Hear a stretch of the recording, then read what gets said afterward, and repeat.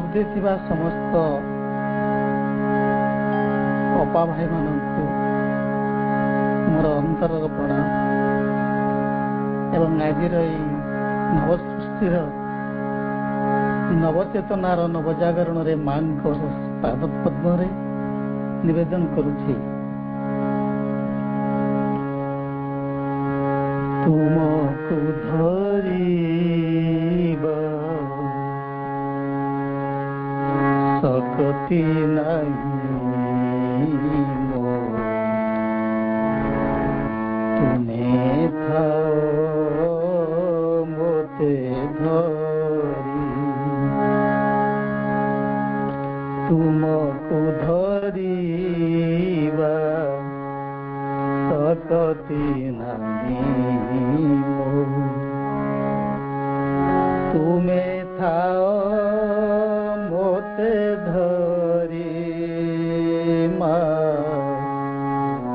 ତୁମେ ଥାଅ ମୋତେ ଧରି।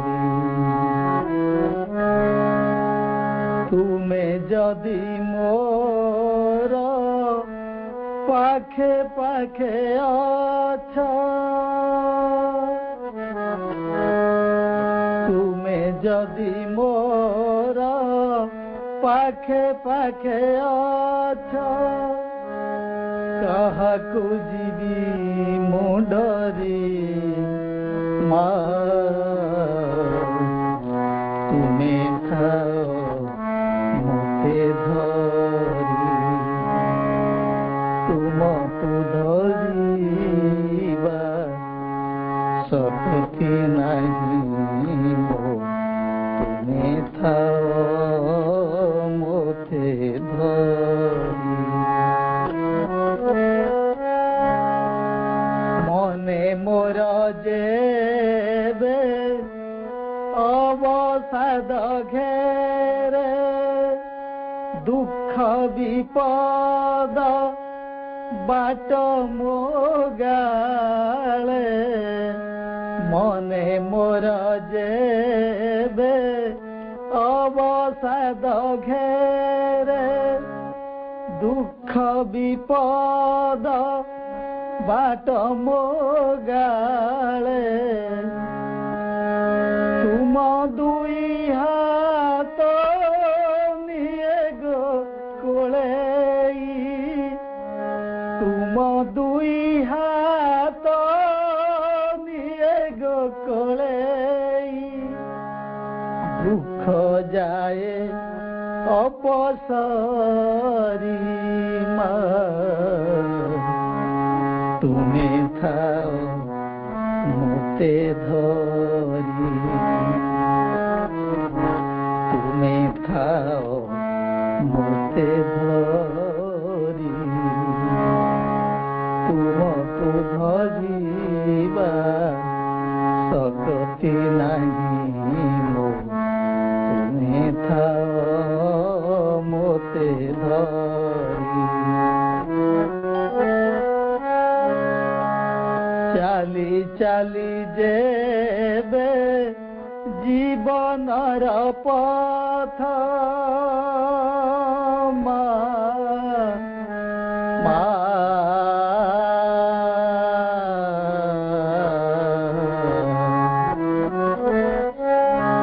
ଚାଲି ଚାଲି ଯେବେ ଜୀବନର ପଥ, ଥକି ପଡ଼େ ମୋର ଟିକି ଦୁଇ ପାଦ, ତୁମ ସେହି ହାତ ପରଶ ମଣିରେ,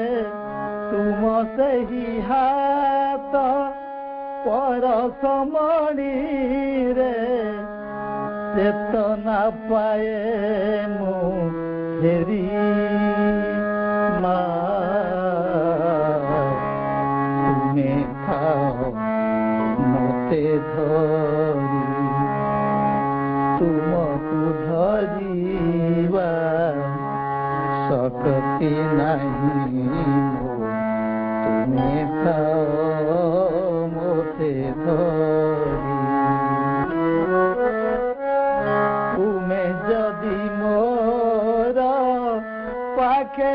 पाखे अछ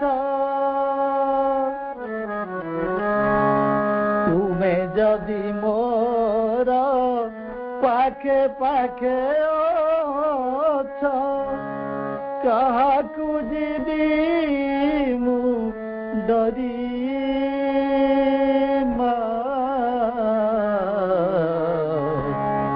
तुमे थाओ मोते धरी तुमे थाओ मोते धरी मा मा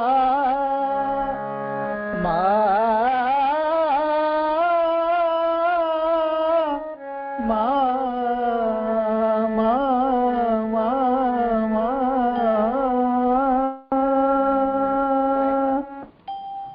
नमस्कार वंदे मातरम।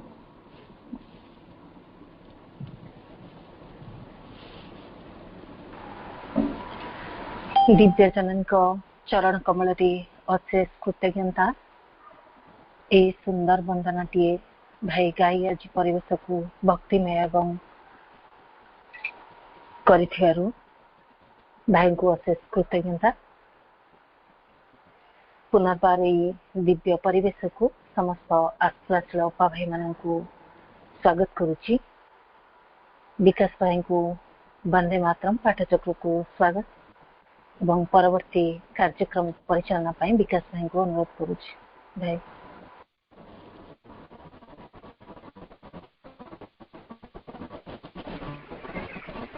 दिव्यजननी श्री माँ परम प्रभु शिरोबिंदु आज ये विशेष मुहूर्त माँ प्रति समर्पित कृतज्ञतार एक प्रार्थनार स्पंदन रे जो परिवेश सृष्टि होती माँ को प्रार्थना करवा निज हृदय माँ से जीवंत उपस्थिति को कृतज्ञतार सहित अनुभव करी मु प्रथमे माँ पाखे समर्पण करुच्ची। माँ को कृतज्ञता ज्ञापन कर प्रणाम जनाऊँ। समस्त अपा भाई मान आज आलोचना को स्वागत करने सहित समस्त हृदय रे माँ दिव्य उपस्थिति को कृतज्ञता तथा प्रणाम ज्ञापन करुच्ची। गतकाली आमे माने प्राणिक शिक्षार पर्याय को आलोचना माध्यम मातृचरण में समर्पण करते।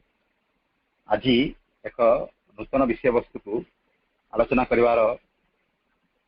प्रयास करवा माँ चरण कमल आम प्रार्थना करवा स्वतंत्र भाव में ये विषय वस्तुटी को स्पष्ट भाव में गभीर भाव में बुझार सहायता माँ प्रदान कर मनटी यथार्थ नीरव हो जाऊ प्रस्तुत हो जाऊ जो स्वतंत्र ज्ञानटी वर्तमान माँ आमको प्रदान करने जाऊँगी जो स्वतंत्र अग्रगति स्वतंत्र ज्ञानर आलोक आमर चेतना को आलोकित करने जाऊँगी आम यथार्थ बुझीपारू अनुभव करूँ एवं ताको अभ्यास कर दृढ़ संकल्प करूँ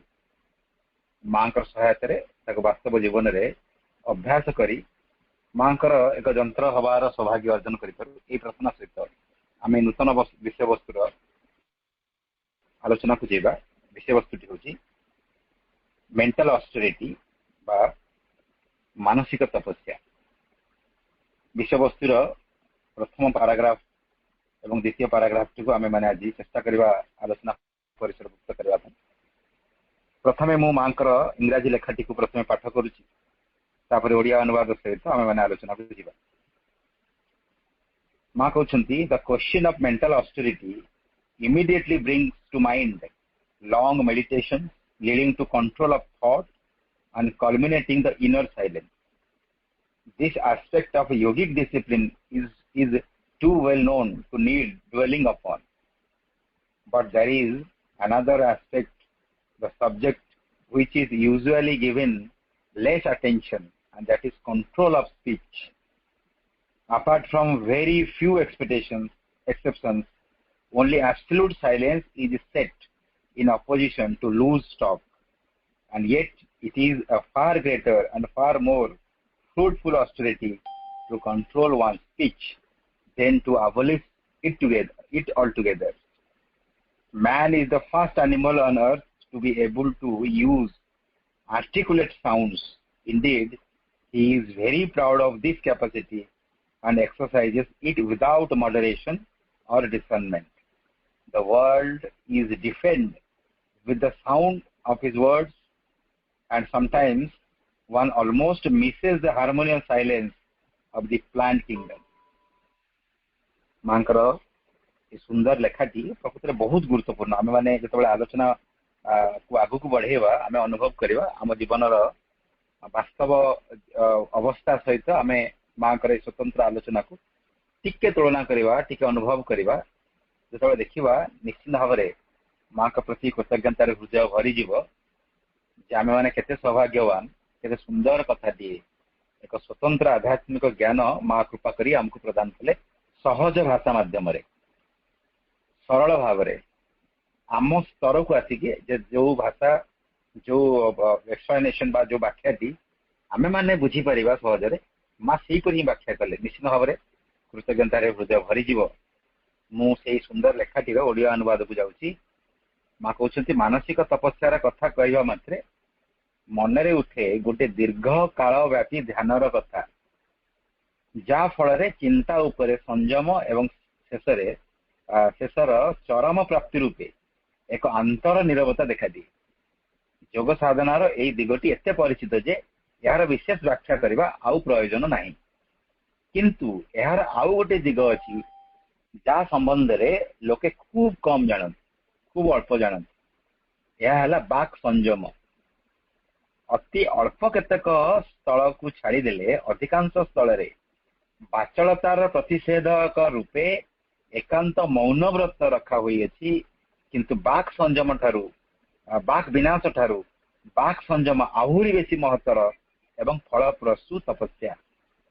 बोध हुए पृथ्वी रे मनुष्य ही सर्वप्रथम जीव जे कि स्पष्ट रूपे शब्द व्यवहार कर निमित्त से गर्व करे आउ यही क्षमता प्रयोग करिबारे से कौन सी बाच विचार रखे नहीं मनुष्यर शब्द कोलाहल पृथ्वी बधिर हो जाइछि एवं केबे केबे मने हुए जेपरी तरुलता जगतर शांत सुषम नीरवता कुआड़े चली जाइछि प्रकृत में आम मैंने गोटे आम सामने गोटे रूपकल्प आने गोटे इमेज को आम कल्पना को आनिबा आम मैंने जो इमेज टी अनुभव करथिबा सकाळ सकाळ समय रे एक एकांत निकांचन जंगल मध्य रे कोनोसी एक उद्यान मध्य आम बसिथिबा मनटी नीरव थिबो आम निजर मध्य आम कौन ध्वनि उच्चारण कर कौन वाक्य प्रयोग कर नीरव शांत अवस्था आम से नीरव परिवेश को टे अनुभव करचु कि वृक्षराजी मैंने केते शांत भाव में केते नीरव रे निजको परिप्रकाश करिवार एक स्वतंत्रता भीतर अच्छी आम के माने अनुभव करचु कि अधिकांश समय आम निश्चित करिथिबा आम से समय को टिके अनुभव करवा जेतेबेले वाक्य अଯଥା प्रयोग करा जाए नहीं वार्तालापटी बा कथोपकथन कन्वर्सेशन टी नीरव हुए प्रकृति से अवस्था केते आनंददायक साइलेंटली कम्युनिकेशन साइलेंट कम्युनिकेशन बहुत सुंदर कथा टी प्रकृति भाई बहुत सुंदर प्रार्थना टी माँ चरण अर्पण कले विशेष किसी से प्रार्थना माध्यम रे भाई आमको किसी बड़ बड़ प्रवचन दौन कि बड़ा ज्ञानर गोटे किसी कथा कहु नथिले तापरे भी से स्वतंत्र कथाटी जहाँ तांकर हृदय उठुला आमे माने कहीं अति सहजरे प्रकृति रे अनुभव करि परथिले कारण जो कम्युनिकेटिंग वे बा जो निज सहित भाव आदान प्रदान निजर कथा आदान प्रदान जो सुंदर उपायटी जहाँ the second best way of communication कह जाए दैट इज म्यूजिक म्यूजिक माध्यम रे आमे परस्पर सहित निजर भावटी को अति इजिली ट्रांसमिट करदबा but music is not the best communicating way it is the second way माने बेस्ट कम्युनिकेटिंग वे तो what is the first what is the best what is the most perfect communication process what is the most successful and effective communication process सबुठारु सफल सबुठारु भल communication process प्रकृति कौन से silence ନିରବତା ମଧ୍ୟରେ जो भावर आदान प्रदान हुए प्रकृति ता बहुत पावरफुल एमती गोटे वृक्ष सहित भी आम कथबार्ता हो पार नीरव आम आकाश सहित भी नीरव कथबार्ता हो पार सूर्यंकर सहित सकाल सूर्य सहित आम नीरव कथा हो पार जह्न सहित आम नीरव कथा हो पार आकाशर जो मालमाल तारका माने अच्छी सहित आम नीरव कम्युनिकेट कर नीरव समस्त सहित बहुत इफेक्टिवली कम्युनिकेशन करा जाई पारे आम माँ मैंने जो मैंने अच्छा निश्चित भाव अनुभव करते कुनी पिलाटी सहित केमती साइलेंटली कम्युनिकेशन हो जाए पिलाटी मुखमंडल से देखिकी कौन सी वाक्य प्रयोग बिना से जानी जाती जे पिलाटी दुखी अच्छी खुशी अच्छी अत्यधिक आनंदित अच्छी भोक लगुच हृदय को टे बाधि से टे दुखी अवस्था अच्छी टे फ्रस्ट्रेटेड अवस्था अच्छी सबु किसी जानी जाती अधिकांश क्षेत्र में देखिए जो मैंने सचेतन अवस्था था कौन सी वाक्य प्रयोग नकर से नीरव प्रेमर स्पंदन मध्यम से गोटे सुंदर वाइब्रेशन पिला को कम्युनिकेट कर दिखती पिलाटी एनकरेज हो जाए आम मैंने देखी मुझे गोटे अनुभव करी आम विद्यालय रे गोटे कुनी झीटे स्टेज को एक मातृ प्रार्थना अर्पण करने गला पिलाटी बहुत सुंदर भाव से प्रेयर की प्राक्टिस कर म्यूजिक प्ले है जो हठात पिलाटी प्रथम गीत गाइबा आरंभ कला कंठटी बहुत जोर थरिया आरंभ कर ठीक से गाई पाइला ना आम मैंने जो बैक स्टेज रे थिलु आम मैंने भी व्यस्त हो पड़िलु जे पिलाटी के सुंदर प्रार्थना टी गाए स्टेज रे एते श्रोता मान को देखिक से नर्वस हो जाउची कौन करा जीवो ए समय तो से समय आम पाखे माँ बसी तो माँ सांगे सांगे आम पाखे उठी आसिक फ्रंट को ऑडियंस मानकर फ्रंट लाइन को ठिया सिंपली कौन गोटे मिनिट पिलाटी सहित कम्युनिकेट कले मुझे सहित जाइली जो आम कैमेरा लगी कैमेरा साइड रे सपा जन ठिया मुझे ठियाली पिलाटी मुखमंडल एक अद्भुत प्रकार स्मित हास्यटी आसीगला मुखमंडल उज्जवल होगला तापर ठारू से सुंदर भाव में गाइला मु साइड रे ठिया कौन सी वाक्य अपा जन प्रयोग कर सिंपली कौन आखि मध्यम कौन कम्युनिकेट होगला उभय मध्य तो पिलाटी कॉन्फिडेंट अद्भुत प्रकार आसला अति स्वतस्फूर्त भाव से तार परवर्ती प्रार्थना टी मातृचरण में सुंदर भाव अर्पण कर पारा तो that is the best communicating way silent आम से कम्युनिकेशन को शिखा सीधा सड़क माँ आलोचना को जा माँ कहते जो मानसिक तपस्या कथा कहुए आम कौन भावु मानसिक तपस्या मान गोटे दीर्घ कालव्यापी ध्यान जहाँफल आम चिंता आम मैंने कंट्रोल आनीपर संयम आनीपर एवं चिंता संयम आणिकी शेष को गोटे आंतर नीरवता स्तर को आम जापर जोग साधनार ये दिगटी माँ कहते बहुत परिचित मन को शांत करवा नीरव करने ध्यान को एक बहुत स्ट्रंग बहुत बलवान बलशाली उपाय हिसाब से ग्रहण करना अवलंबन करवा मानसिक नीरवता स्तर को चली जावा जोग साधना क्षेत्र में यहाँ पूरा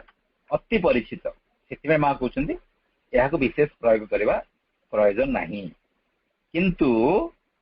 यार आउ गोटे दिग अच्छी जहाँ संबंध में लोक मैंने खूब जानते मानसिक तपस्यार गोटे दिग कथा कहगला मैंने दीर्घ कालव्यापी ध्यान मध्यम चिंता उपरे संयम आनी आंतर नीरवतार स्तर को जावा यहाँ एक मानसिक तपस्या यहाँ बहुत परिचित किंतु आउर एक बेसी इफेक्टिव वे गोटे माँ कहते से विषय में बहुत कम आलोचना हुए खूब कम लोक से विषय जानते यह हूँ बाक संयम स्पीच कंट्रोल अति केतेक स्थल को छाड़देले अधिकांश स्थल रे बाचलता को प्रतिषेध रूपे एकांत मौन व्रत रखा हुई अनेक व्यक्ति आम देखी से सप्ताह को 5-6 दिन जाक पूरा बक बक बक बक दिन सका संध्या जाए होते एवं सप्ताह को दिने मौन व्रत रखी रविवार दिन से कथबार्ता करेंगे ना कारण जिते शक्ति से लॉस कर मौन व्रत करने द्वारा ताकू से प्रिजर्व करेंगे मेंटल स्टेबिलिटी आसो बोली ये धारणाटी भितर थाए तो ये अनेक क्षेत्र में जिन अभ्यास कराए कि माँ कहते बाक संयम ठारू बाक विनाश ठारू बाक संयम आहुरी बेसी महत्तर एवं फलप्रसू तपस्या। प्रथमे मांकर ए गभीर तत्वटी को आम परवर्ती आलोचना रे निश्चित भाव में स्पष्ट भाव बुझी पारिबा। मु गोटे एठी मैथमेटिकल कांसेप्ट माध्यम रे गोटे उदाहरण माध्यम रे एक कथाटी को टिके बुझाइबा पई चेष्टा करूची। मा ता और गभीर भाव में आगु बुझेबे। एई पैराग्राफ रो गोटे कांसेप्ट क्लियर हवा पई मोटे उदाहरण केवल दउची। आमे दिन तमाम सपोज प्रत्येक दिन आमे 1000टी शब्द व्यवहार करू एवं 1000टी शब्द भितर मात्र 100टी शब्द आवश्यक थिला 900टी शब्द आमे बिना कारण व्यवहार कर। 900टी शब्दटी जिते आम 6 दिन व्यवहार करवा अननेसेसरी 5600टी अनावश्यक शब्द मु 6 दिन व्यवहार कर गोटाए दिन मु मौन व्रत रखिली। जदि मौन व्रत मु रखिली से दिन मु 900 शब्दटा ही अधिक व्यवहार करता माने मु सप्ताह को 6300टी अनावश्यक शब्द व्यवहार करने बेले गोटाए दिन मौन व्रत रखिकी मु 5600टी अनावश्यक शब्द व्यवहार कर। मु भावुची मौन व्रतटी बहुत इफेक्टिव निश्चित भाव हम। अनावश्यक वाक्य मु गोटाए दिन मुक्त रहिले निश्चित भाव में मोर मेंटल स्टेबिलिटी आसीबो। एटा निश्चित भाव में आसीबो एतरे कोन संदेह नहीं। कारण 6300 शब्द व्यवहार करबा अपेक्षा 5600 शब्द व्यवहार करबा तुलनात्मक भाव में ठीक बा भलो बेटर। अच्छा जति वाक संयम आम व्यवहार कलु दिन को 100टी शब्द मु व्यवहार करी आउ दिने मौन व्रत रखी नहीं 7 दिन मुझे व्यवहार करी शब्द 700टी शब्द मात्र व्यवहार कली जोटा कौन अति आवश्यक शब्द। 7 माने वाक संयम द्वारा मु 700टी शब्द व्यवहार करी सप्ताह किंतु बाचालता सहित मौन व्रत जदि मु अभ्यास कली 5300 शब्द मु व्यवहार करुँ। चिंता करूँ 5300 और 700 मध्य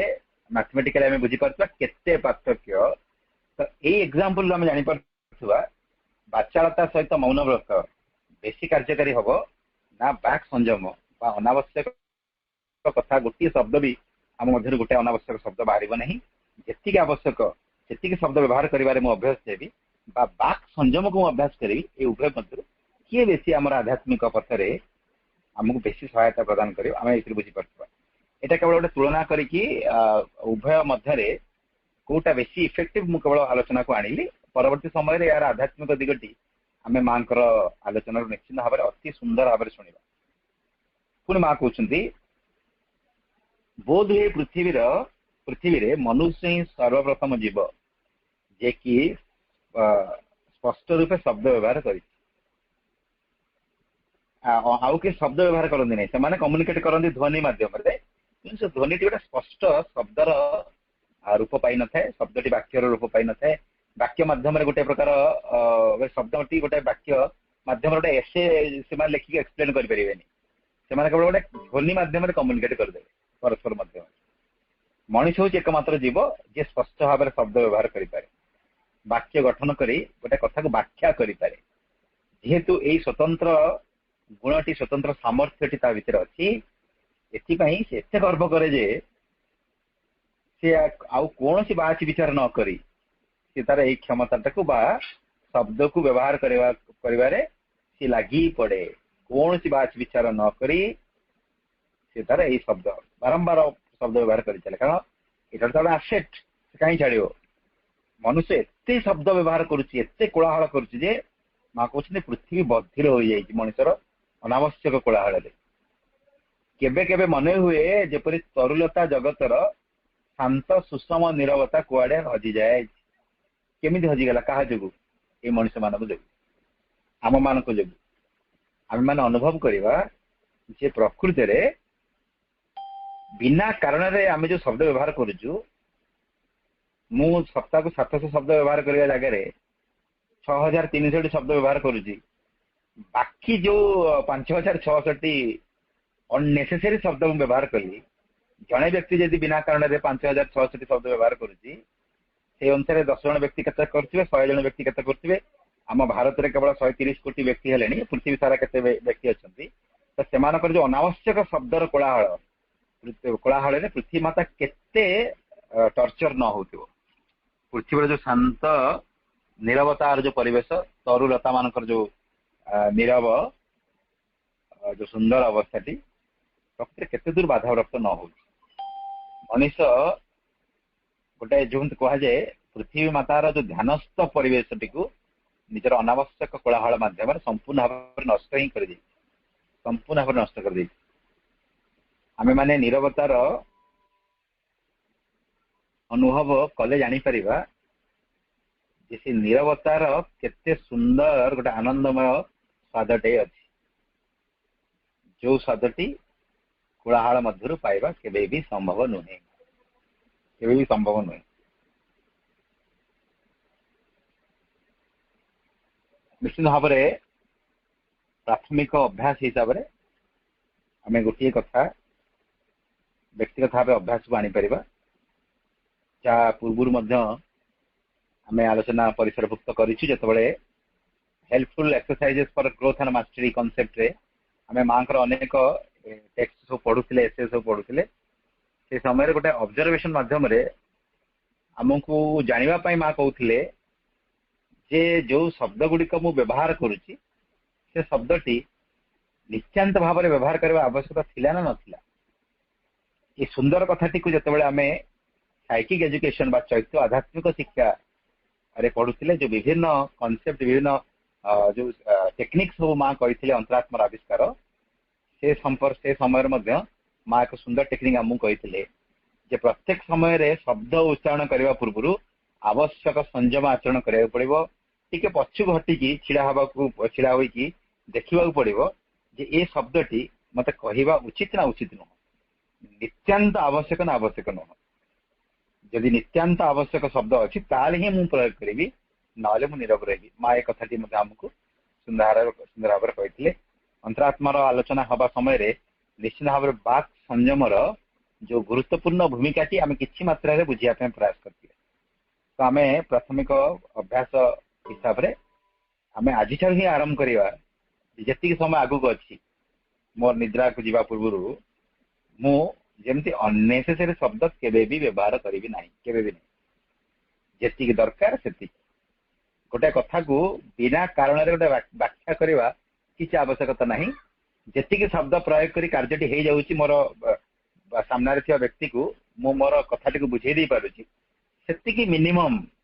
शब्द मु व्यवहार करी बाकी समय तक नीरव रही माँ कथा टी स्मरण करी माँ का नाम जप करी हृदय को माँ का उन्मुक्त कर प्रयास करी मोर वाक्य माध्यम जो शक्ति मुझे नष्ट करुच्ची परिवेश को जो कोलाहलपूर्ण मु करुच्ची निश्चित भाव में ताकू से शक्ति को मु मोर चेतनार अग्रगति लगेबी अननेसेसरी वाक्य माध्यम से शक्ति को नष्ट करी ना माँ भी गोटे सुंदर कथाटे आगू कहे आमको जे प्रकृत में व्यक्ति माने जदि अनावश्यक शब्द उच्चारण कर निजक निवृत्त करेंगे निजक दूरे रखिए जीवन केते जे समस्या से निवृत्त हो पारे आम कल्पना भी करें प्रकृत में आम मैंने निजे जो आम व्यक्तिगत जीवन टिके पछकू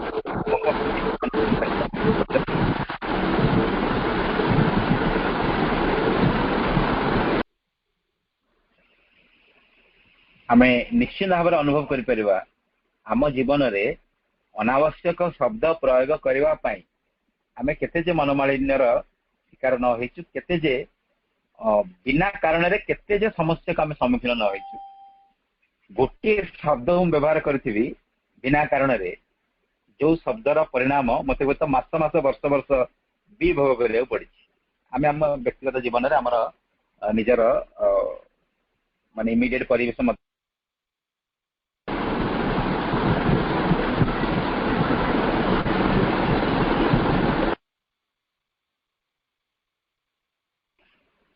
आम अनुभव कले जापर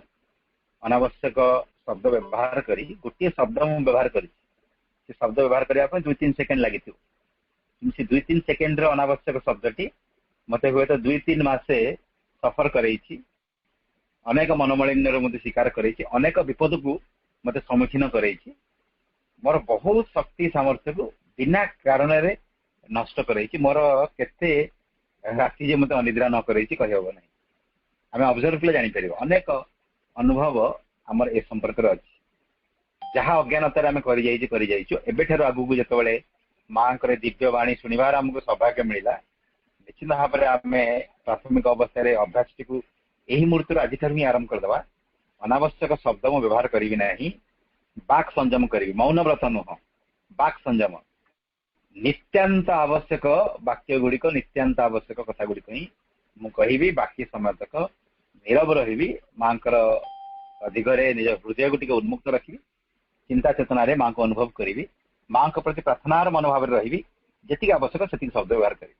मोर शक्ति सामर्थ्य को बिना कारण कोलाहल नष्ट न करी चेतना अग्रगति मुझे इनभेस्ट करी प्रकृति यही सुंदर कथाटी परवर्ती समय आहरी स्पष्ट भाव में आम आगु को मानसिक तपस्यार धारे आम आगु पढ़ी पढ़ी पढ़ी जा आज मु मो तरफ आज आलोचना टी रखुची आज आलोचना को नहीं विशेषकर जदि कौन अपा भाई मान किसी जिज्ञासा थाए आम से जिज्ञासा को आधार करी आलोचना को आगू बढ़ेवा वंदे मातरम।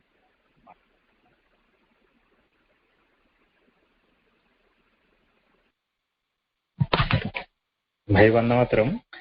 अनावश्यक शब्द कहले आम कौन बुझा माने अनावश्यक तो एमती आवश्यक नथाई अनेक कथबार्ता करू सेटा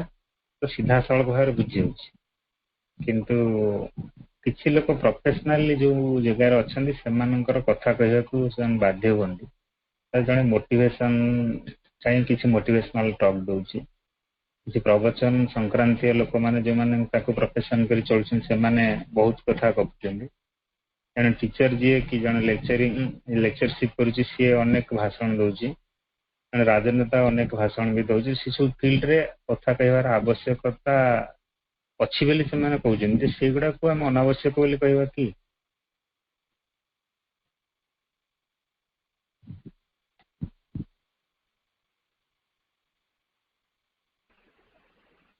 नहीं भाई ये वास्तव जीवन संपर्कित प्रश्न टी आम यही कथाटीर स्पष्ट आलोचना आगू हम मानसिक तपस्यार धारा माँ एक कथाटी कहे जेहेतु आगू आलोचना हबार अच्छी मुझे प्रश्नटीर गोटे बेसी व्याख्या आड़ को जाऊ ना केवल गोटे गुरुत्वपूर्ण कनसेप्ट गोटे गुरुत्वपूर्ण पॉइंट भाई प्रश्न जो मु आलोचना करी जे प्रकृत रे जो अनावश्यक शब्द से अनावश्यक शब्दर संख्या आम गोटे संख्या हिसाब से आम कदापि सीमित करना कि समस्त स्तर समस्त अवस्था को नहीं आम गोटे प्रकार रूल रेगुलेशन करना भाई जो उदाहरण गुड़िक देले जड़े बिजनेसमैन जड़े मोटिवेशनल स्पीकर जड़े टीचर जड़े अथॉरिटी निश्चित भाव में सी तो शब्द रे संयमता आनी पारे ना से शब्द संयमतार जो रूल टी समस्त क्षेत्र में सामान नुहे प्रकृति शब्द संयम करवा बाक संयम करवा जो कथाटी माँ जो उद्देश्य कहते पैराग्राफ आम जस्ट पढ़ले कौन सी प्रकार बाच विचार न करी शब्द व्यवहार करवा आपको ही अनावश्यक कथा कहुए ताने जड़े टीचर भी हो जड़े मोटिवेशनल स्पीकर भी हो सी भी बाच विचार न करी कथा जदि कहले आम बाचाल बोली कहवा गोटे मोटिवेशनल स्पीकर बोली आम कदापि कहीपर ना गोटे ऑरेटर बोली आम कहीपर ना जड़े गुरु कि शिक्षक बोली कहीपर ना शिक्षकर प्रोफेशन टा हूँ गपीवा वाक्य मध्यम पे एक्सप्लेन करवा ता मान जे अनावश्यक भाव में बाच विचार न कर जाने गयो मोटिवेशन स्पीकर मान क्षेत्र में से प्रत्येक क्षेत्र में से तो बाक संयम रे आम केते शब्द कहवा को केते ये कहवा कोटा अनावश्यक कोटा आवश्यक सेटा व्यक्ति क्षेत्र में निश्चित भाव भैरी कर किंतु यार गोटे कंडीशन आम जानीवा जे जी भी हो आम जो प्रोफेशन था कौन सी शब्द बाच विचार नक आम कहवा ना बाच विचार जदि कलु माँ कहते जब ऑब्जर्वेशन आम वान्स आरंभ होगा प्रत्येक कथा कहला पूर्व मु विचार कली जोटा कि प्रथम प्राथमिक अवस्था बहुत कष्ट माने मु गोटे एते वर्तमान मु आलोचना करुची तो आलोचना करने समय रे मु कौन प्रत्येक शब्द व्यवहार करने को चिंता करी कि ये करी कि करी नहीं यहाँ प्राक्टिकली प्रथम केस रे अभ्यास करने कष्ट हुए माने इन मीन टाइम ऑब्जर्वेशन करने कष्ट हुए से आमे दिन में गोटे गोटे निर्दिष्ट सर्ट टाइम रे आमे टिके ऑब्जर्व करबा जो शब्द गुड़िक मु पूर्व व्यवहार कली से शब्द किसी कमे देते चली था ना चली न था जदि यहीपरि गोटे ऑब्जर्वेशन आमर अभ्यास थिबो तो धीरे धीरे आमे जो कथाटी कहूचु से कथाटी पूर्वर हुए तो 50 वाक्य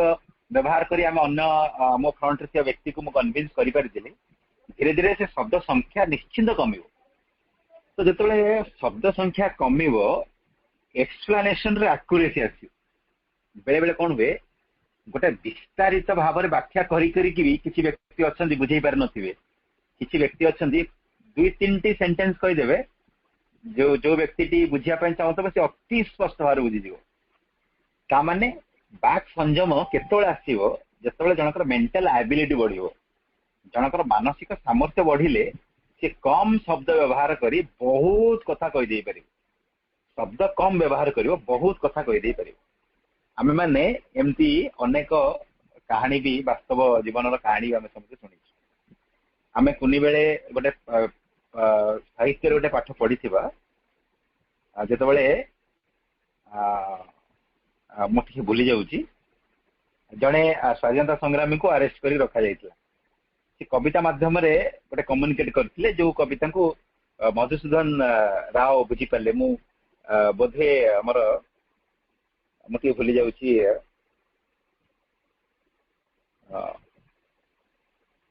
सुंदर माने कविता माध्यम से कम्युनिकेट करदेले आमे जो सामू जहा देले हरसे पाई पाई पाऊ पाऊ वाला बरसे आमे से 200 गुआ पछपटु पानी गुआ हबो सेही कथाटा आज्ञा भाई आज्ञा की कहि दंतु सेटा मोर पूरा टिके भलरे मन पड़नी जे केते पान केते गुआ के अर्थात केते माने ये दिबे से कथाटी कहला 100 पान केते गुआ एवं पछाड़ू पानी बुआ हम अर्थात पछाड़ू आक्रमण हम से गुटिक थिला से गोटे कही मोर से कथा टिके मन पड़गला तो मन पकईदेली काले कि जानती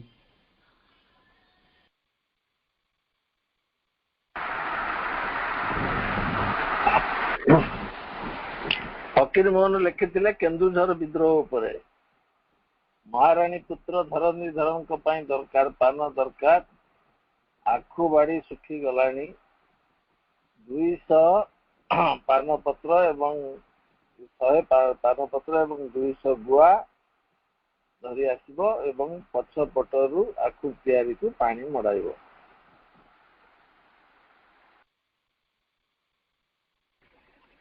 आज्ञा देखो केते कम शब्द व्यवहार कले केते अद्भुत कम्युनिकेशन से करेदेले केते अद्भुत कम्युनिकेशन एवं मधुसूदन दास तांको भल भाव बुझी पारे एवं एक्जाक्टली ताकू वर्कआउट करागला आमे कवि जदुमणिकर से सुंदर कविता टी बुझीथिबा केते कम शब्द व्यवहार करी राजा को सी सुंदर निजर भावटी को एक्सप्रेस कर दे पारे राजा जो तांको उपहार दबाटा कहिथिले राजा जमीटे दबा पई से बहुत भूली गले बहुत दिन पर जो जमीटा दिगला अयोग्य जमीटे तो कवि जदुमणि राजा को लिखिले सामू जहा देले हरसे पाऊ पाऊ गला बरसे बाछी बाछी देले पड़िया श्रावण मासरे भांगे नड़िया हेमंत भूई चाखुंडा बुणिले उठई ना यही 4-6 धाड़ी कविता लिखिदेले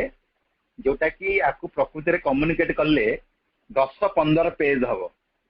जे सामू मु आपन को अनुरोध करथिली आपन मते एई चौपति लिखिथिली बोली आपन मते कहिथिले ओटा जमीटाई देबे मु 50 थर आपन पाखु दौड़ दौड़ी गली आपनकर मंत्री माने मते फेरेइले कटवाळ या कहिले आपन तथापि सुनी पाइले नै 5 मास परे मु आपन को भेटिली तापर आपन गोटे एमते जमीटाई देले मु 3 दिन पर सेठी गला आडू देखली एवला अवस्था केते कोन लिखा जाई पार राजा केते दूर बुझितांते राजा पाखरे केते समय अछि ए सब जिंस बुझिया को सेटा केते दूर इफेक्टिव हेइतांता सेटा संदेह पूर्ण किंतु 4-6 लाइन शब्द व्यवहार सेंटेंस रे केते पावरफुल कम्युनिकेशन से करे देले केते पावरफुल कम्युनिकेशन राजा इमिडिएटली जमीटा दे देले कहले जाओ सबुठर बेस्ट जमीटे बाछी ताको दे दियो एठी शब्द बेसी व्यवहार हेछि कि व्यवहार हेइ ता माने कम्युनिकेशन पई गोटे हाई लेवल बा एक्सेस एक्सप्लेनेशन सेटा केबे भी जरूर न तो से शिक्षक होंतु जीव होंतु से भी चाहिए मेंटल एबिलिटी मानसिक सामर्थ्य को बढ़े कम शब्द व्यवहार करी अति पावरफुली अति इफेक्टिवली अति प्रभावित भाव में से निजर भावटी को कम्युनिकेट निश्चित भाव में करें। एटा ही तो मानसिक तपस्या। मानसिक तपस्या माने मन को एमती एक स्तर को आवश्यक शब्द व्यवहार कर आवश्यकता ही नथिबो। अनावश्यक शब्द व्यवहार न करिकि भी कम शब्द रे जमती कम्युनिकेशन हो जाए। कम शब्द रे कम्युनिकेशन हो जाए। गोटे शब्द जमती सामना व्यक्ति जनक सबु किछि बुझी जाउथो। एमिति अनेक व्यक्ति को अनेक शिक्षक को आम भेटी बेसी वाक्य कहती पदे कहीदेवे आम हृदय लगी जाए। हाँ हाँ दैट इज द थिंग। केवल गोटे कथा कहीदेवे छोटिया इंस्ट्रक्शन टे आमको देदेवे आम बुझी जाइबा। एमिति अनेक शिक्षक को आम भेटी जो मैंने घंटा घंटा व्याख्या करुवे आम केवल बोरडम ही फिल करथिबा किंतु किछि कम्युनिकेट ही नथिबो। एटा होची मा परवर्ती माने आलोचना को मध्य ए कथाटी को स्पष्ट करिवे जे जहार मानसिक सामर्थ्य जेते अधिका वाक्य प्रयोग करिवार आवश्यकता तार सेते कमी जाए। जो व्यक्ति मानसिक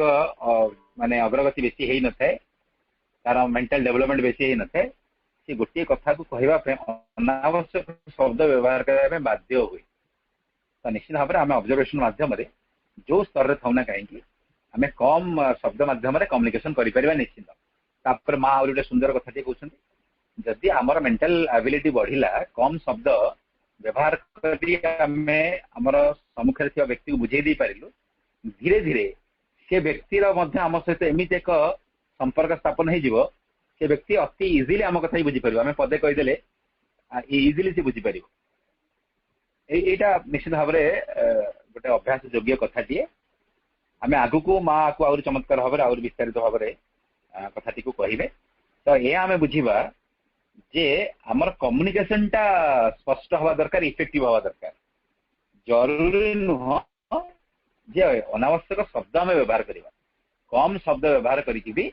अति दृढ़ भाव में आम भावटी को आम प्रकाश करिपरिबा। आमे जा बुझिया पई चाहू बुझी परिबा। आमे जहाँ एक्सप्लेन करबा पई चाहू ताकि एक्सप्लेन करियो। एटा पॉसिबल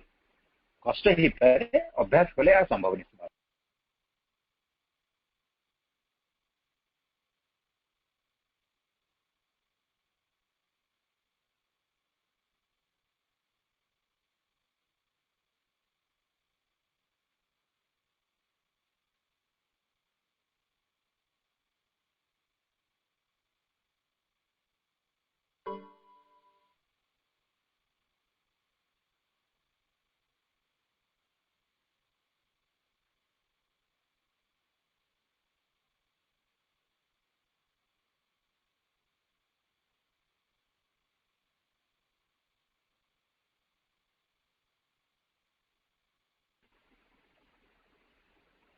कौन सी अपभाई जदि आउ किसी विशेष जिज्ञासा थाए मु अनुरोध करिछि को प्रश्न आकार रखु। बाकी समय तक आम आधार कर आलोचना टी आगे ना।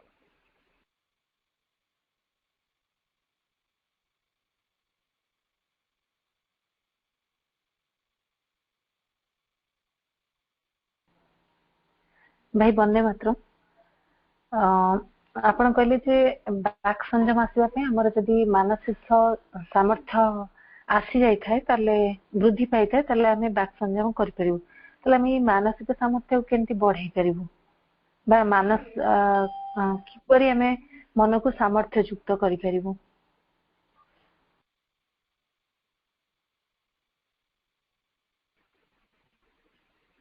आज्ञा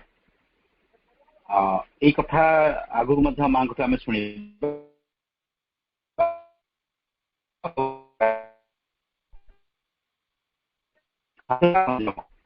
परस्पर परिपूरक जेमती मानसिक सामर्थ्य बढ़े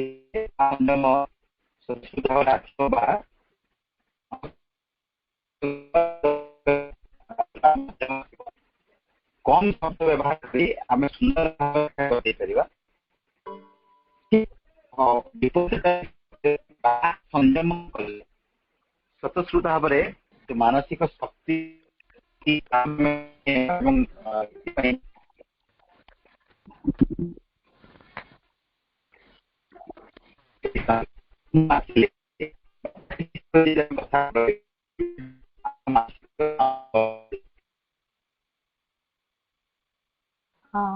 ଭାଇ ଆପଣଙ୍କର ଭଏସ କଟୁଛି, ମାନେ ଶୁଣା ଯାଉନି କିଛି ଆନ୍ସର।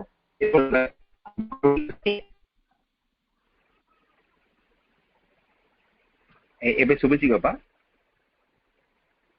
ହଁ ଭାଇ ଏବେ କ୍ଲିୟର ଆସିଲା।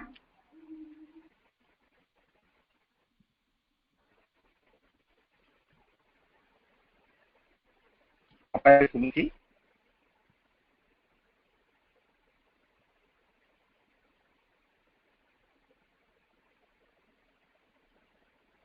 ହ୍ୟାଲୋ।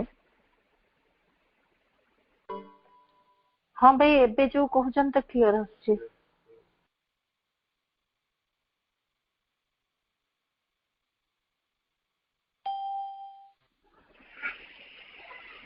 ବାପା ଏବେ ମୋ ଭଏସ ଆସୁଛି ଆପଣଙ୍କୁ? ହଁ ପୁରା କ୍ଲିୟର ଅଛି। ଆଜ୍ଞା। ମୁଁ ଗୋଟେ ସରଳ ଉତ୍ତର ଦେବା ପାଇଁ ପ୍ରୟାସ କରୁଛି। ଆମେ ଡିଟେଲ ଡିସ୍କସନ ତ ଆଗକୁ ଯିବା ନିଶ୍ଚିତ ଭାବରେ। ବାକ୍ ସଂଯମ ଏବଂ ମାନସିକ ସାମର୍ଥ୍ୟର ବୃଦ୍ଧି ପରସ୍ପର ଉପରେ ନିର୍ଭରଶୀଳ, ପରସ୍ପରର ପରିପୂରକ। ତାମାନେ ମାନସିକ ସାମର୍ଥ୍ୟ ବଢିଲେ ବାକ୍ ସଂଯମ ସ୍ୱତଃସ୍ଫୂର୍ତ୍ତ ଭାବରେ ଆସିବ, ଏହା ଯେତିକି ସତ୍ୟ। ବାକ୍ ସଂଯମ ରଖିଲେ ମାନସିକ ସାମର୍ଥ୍ୟ ବଢିବ, ଏହା ସେତିକି ସତ୍ୟ। ଆମେ ମାନସିକ ସାମର୍ଥ୍ୟ ଯଦି ବଢେଇ ପାରିଲୁ, ନିଶ୍ଚିତ ଭାବରେ ମାନେ ଆମର ଅନାବଶ୍ୟକ ଶବ୍ଦ ପ୍ରୟୋଗ କରିବାର ଆବଶ୍ୟକତାରୁ ଆମେ ମୁକ୍ତ ହବା। ଆମେ ଯଦି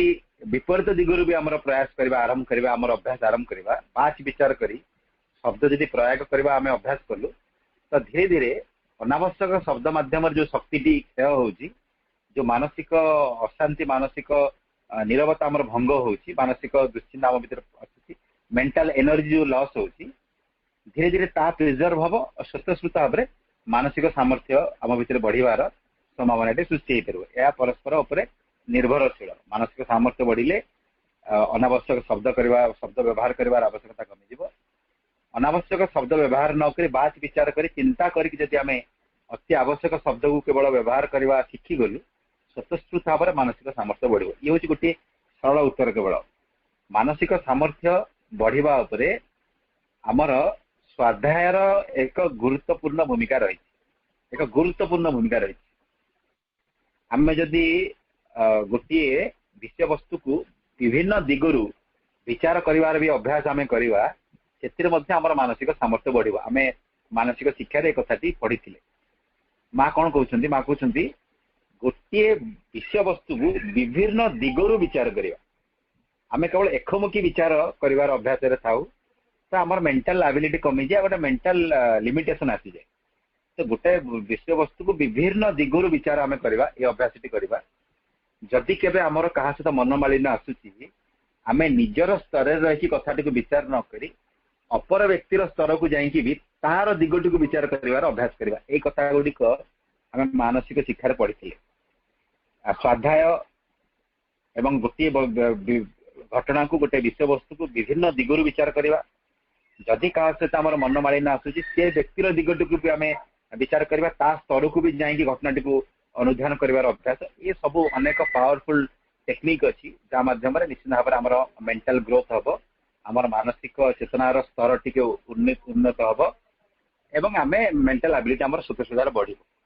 ମେଣ୍ଟାଲ ଆବିଲିଟି ବଢିବା ପାଇଁ ଗୋଟିଏ ନିରବତାର ଅଭ୍ୟାସ କରିବା, ଶାନ୍ତିକୁ ଆହ୍ୱାନ କରିବା, ନିରବରେ କିଛି ସମୟ ନିଜର ଜୀବନର ଅସଲ ଲକ୍ଷ୍ୟକୁ ବୁଝିବା ପାଇଁ ଚେଷ୍ଟା କରିବା। ଏଥିରେ ଆଧ୍ୟାତ୍ମିକ ଅଗ୍ରଗତି ତ ନିଶ୍ଚିତ ହବ, ଅନ୍ତରାତ୍ମା ସହିତ ଆମର ସମ୍ପର୍କ ଆସିବ, ତା ସହିତ ମନ ଟିକେ ନିରବ ହବ, ମାନସିକ ସାମର୍ଥ୍ୟ ସ୍ୱତଃସ୍ଫୂର୍ତ୍ତ ଭାବରେ ବଢିବ। ଅନେକ ଏକ୍ସରସାଇଜ ମା କହିଛନ୍ତି, ଗୋଟେ ଭାଷ୍ଟନେସ୍ ଭିତରେ ଗୋଟେ ବିଶାଳତାକୁ ଯଦି ଆମେ ଅନୁଭବ କଲୁ, ସୀମିତତାରୁ ନିଜକୁ ମୁକ୍ତ ହବାର ପ୍ରୟାସ କଲୁ, ସେଥିରେ ମଧ୍ୟ ଆମର ମେଣ୍ଟାଲ କ୍ୟାପାସିଟି ବଢିବ। ଆମେ ଆକାଶ ତଳେ ରହି ନିଜକୁ ଆକାଶ ପରି ବିସ୍ତାରିତ କରିବାର ଗୋଟେ ପ୍ରୟାସ କରିବା ପାଇଁ ମା କହିଛନ୍ତି। ସମୁଦ୍ର ସାମ୍ନାରେ ବସିକି ନିରବତାକୁ ଅନୁଭବ କରି ସମୁଦ୍ର ପରି ବିଶାଳ ହବାର କଳ୍ପନା କରିବା କଥା ମା କହିଛନ୍ତି। ଏବଂ ଯଦି ଆମେ କୌଣସି ସମୟରେ ଗୋଟେ ଫାଙ୍କା ସମୟ ପାଉଛୁ, ତ ଅନାବଶ୍ୟକ ଗସିପିଂ ଭିତରୁ ନ ଯାଇ କୌଣସି ଗଛ ତଳେ ହଉ, କୌଣସି ନିରବ ସ୍ଥାନରେ ହଉ, ବସିକି ଜୀବନର ଗଭୀର ଅର୍ଥ କଣ ଟିକେ ବୁଝିବା ପାଇଁ ଚିନ୍ତା କରିବା। ଏ ସବୁ ଅଭ୍ୟାସ ଆମର ଆଧ୍ୟାତ୍ମିକ ଅଗ୍ରଗତି ହବା ସହିତ, କରାଇବା ସହିତ ଆମର ମେଣ୍ଟାଲ ଆବିଲିଟିକୁ किसी मात्रा निश्चित भाव में बढ़ाए। मेंटल एबिलिटी माने नुह जो इंटेलेक्चुअल डेवलपमेंट कौन मानसिक अग्रगति हो कथा नहीं। मन एमती एक उन्नत चेतना प्राप्त हम जो समय मध्य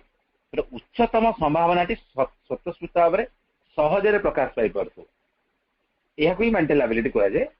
माँ जो टेक्निक गुड़िक व्याख्या कली समस्त सामने रखिली ये सबको जब आम निष्ठापर भाव अभ्यास करवा निश्चित भाव में मन आमर से उन्नत चेतना स्तर को निश्चित जीव। तार भितर प्रकृति में गोटे शुद्ध ज्ञान को परिप्रकाश कर सामर्थ्य आसव। मन टे नीरव अवस्था एक स्वच्छ अवस्था शुद्ध अवस्था से समय निश्चित भाव में आमर बाक संयम स्वतस्फूर्त भाव में आस गोटे कथा को कम्युनिकेट करने अनावश्यक शब्द व्यवहार कर आउ आवश्यक पड़े रही।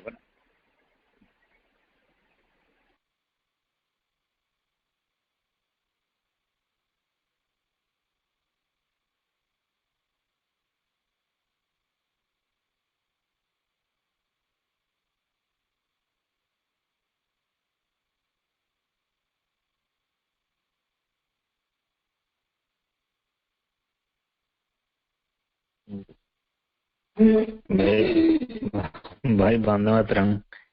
समय तो आज शेष होगला। गोटे सब बड़ समस्या बर्तमान देखा दूसरी ये जो दुनिया जो स्पीड रे बर्तमान दौड़ी आमे जो मोबाइल फोन धरीचु आमे माँ धारा निजक सचेतन कर सब जिन निजक अवॉइड करूँ ठीक। किंतु पर्याप्त परिमाण फोन जो आसूची आपड़ रिसीव करेंगे आंसर देवे कौ टाइप रहा को मेंटेन करने सी तो गोटे समस्या है। किसी समाधान सूत्र यदि अच्छी तेल आप आसंता कल भी रखिपारती जे परिवार हो सांगसाथी ना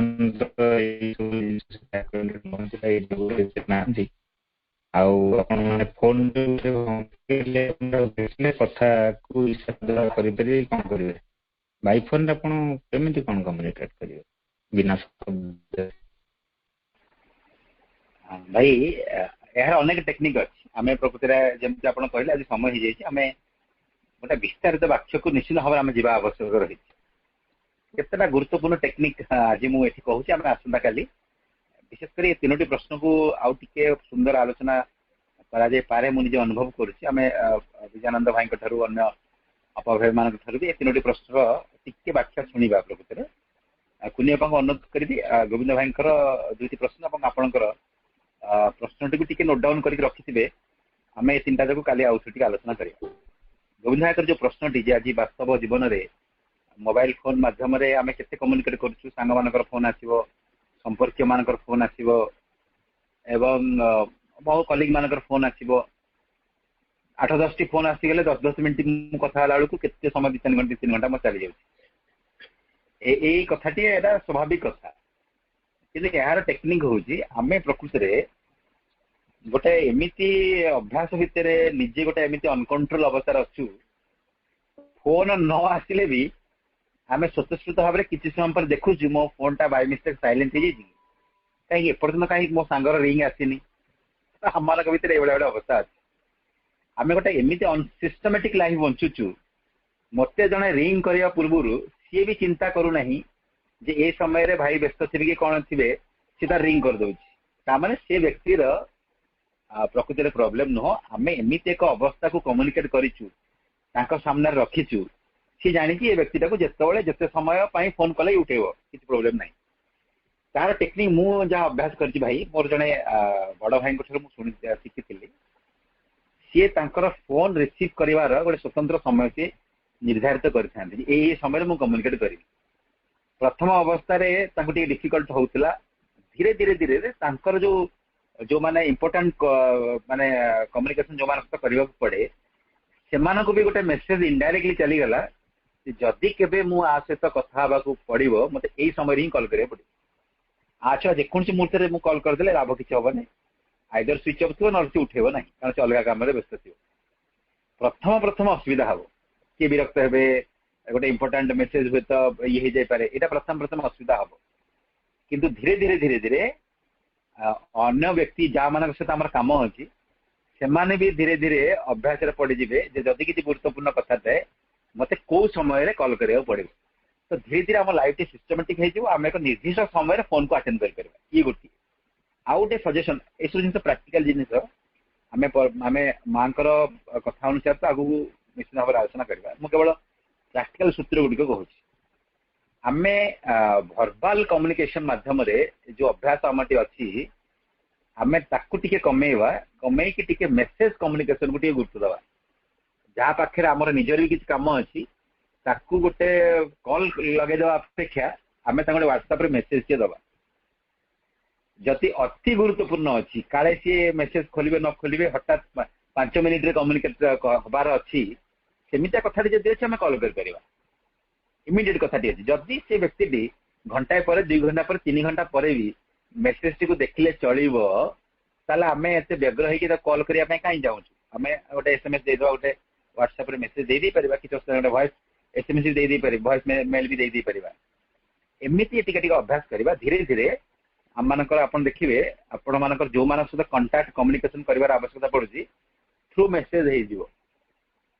ଏବଂ ଫୋନ କଲ ର ବହୁତ କମ ଆବଶ୍ୟକତା ପଡିବ ଧୀରେ ଧୀରେ। ଏବଂ ଆପଣଙ୍କର ଯୋଉ ପରିବେଶଟି ଅଛି, ଯୋଉମାନଙ୍କ ସହିତ ଆପଣ ସମ୍ପର୍କ ସ୍ଥାପନ କରି ରହିଛନ୍ତି, ଆପଣ କଲିଗ ହଉ, ଆପଣଙ୍କର ବିଜନେସ ରେ କୌଣସି ପାର୍ଟନର ହୁଅନ୍ତୁ କିମ୍ବା ଆପଣ ରିଲେଟିଭସ ହୁଅନ୍ତୁ, ସେମାନେ ବି ଧୀରେ ଧୀରେ ସିଷ୍ଟମେଟିକ ହେଇଯିବେ। ଆପଣଙ୍କ ସହିତ କମ୍ୟୁନିକେଟ କରିବାର ଗୋଟେ ଆହୁରି ଏକ ଡିସିପ୍ଲିନ ୱେ ବି ତାଙ୍କୁ ବି ଆସିଯିବ ଏବଂ ଆପଣଙ୍କ ଡିଷ୍ଟର୍ବାନ୍ସ କମିଯିବ ନିଶ୍ଚିତ ଭାବରେ। ତ ଏଇ ଜାଗାରେ ଗୁରୁତ୍ୱପୂର୍ଣ୍ଣ ହଉଛି ଆମ ମାନଙ୍କର ଅଭ୍ୟାସ, ଆମ ଲାଇଫକୁ ଆମେ ସିଷ୍ଟମେଟିକ କରିବା। ଆମ ଫୋନ ଟି ରାତି 10ଟାରେ ଆମେ ଆଉ କାହାକୁ ଲଗେଇଦବା, 6ଟା ବେଳକୁ ଜଣେ କିଏ ଫୋନ କଲେ ରିସିଭ କରିଦବା, ଏଇ ସବୁ ଜିନିଷର ଯୋଉ ଅଭ୍ୟାସ ଆମ ଭିତରେ ଅଛି, ଆମ ଲାଇଫ ଟି ଏମିତି ମାନେ ଇନଡିସିପ୍ଲିନ ହେଇଯାଇଛି, ଏତେ ସିଷ୍ଟମେଟିକ ସିଚୁଏସନ ବାହାରକୁ ଚାଲି ଯାଇଛି, ତ ଆମର ସହିତ ସମ୍ପର୍କିତ ବ୍ୟକ୍ତି ବି ତାର ସ୍ପନ୍ଦନରେ ସ୍ପନ୍ଦିତ ହେଇ ସେମାନେ ବି ସଂକୋଚ କରୁନାହାନ୍ତି ଯେକୌଣସି ମୁହୂର୍ତ୍ତରେ ଆମକୁ ଡିଷ୍ଟର୍ବ କରିବା ପାଇଁ। ତ ଅନ୍ୟମାନଙ୍କୁ ସୁଧାରିବା ଅପେକ୍ଷା ଆମେ ନିଜ ଲାଇଫଟାକୁ ସିଷ୍ଟମେଟିକ କରିଦେଲେ ପାଖାପାଖି 60% ପ୍ରୋବ୍ଲେମ ତ ନିଶ୍ଚିତ ସଲ୍ଭ ହେଇଯିବ। ବାକି 40% ନିର୍ଭର କରୁଛି ଭଗବତ କୃପା ଉପରେ, କିନ୍ତୁ 60% ତ ନିଶ୍ଚିତ ସମାଧାନ ହେଇଯିବ। କେତେଟା ପ୍ରାକ୍ଟିକାଲ କଥା ମୁଁ କହିଲି ଏଠି, ଯାହା ମୁଁ ଅଭ୍ୟାସ କରେ।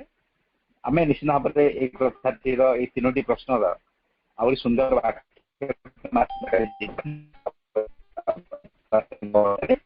ମୁଁ ଅନ୍ୟ ଅପଭୟ ମାନଙ୍କୁ ବି ଅନୁରୋଧ କରିବି